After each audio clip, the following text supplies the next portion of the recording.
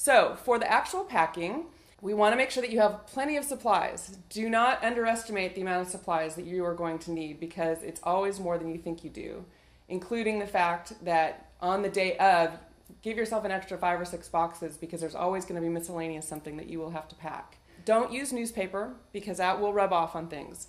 So instead, you can either buy the packing paper at a reputable moving company or a storage company, or you can sometimes go to your local newspaper and they have end rolls of newspaper that is not printed on, and you can use those.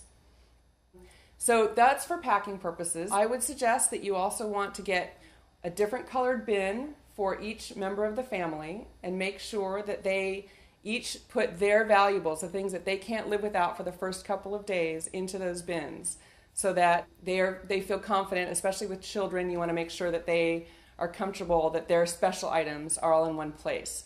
So get different color bin for each person, label it, or make sure that they know in their minds whose is whose. Also pack an essentials box.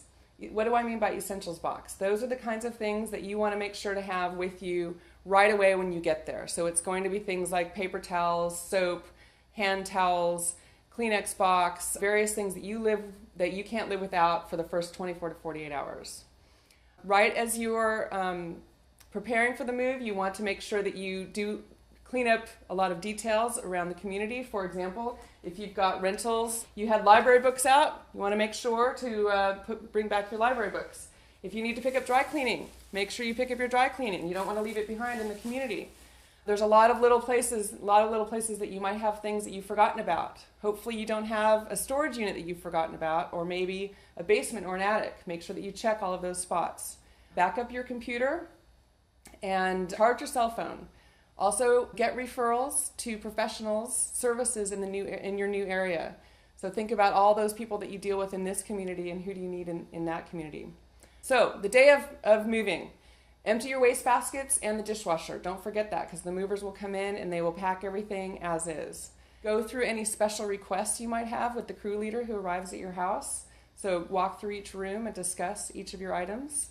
Make sure that your doorways, banisters, and floors are protected for the move, and make sure that you have food or drink available for your workers. That's always a helpful thing.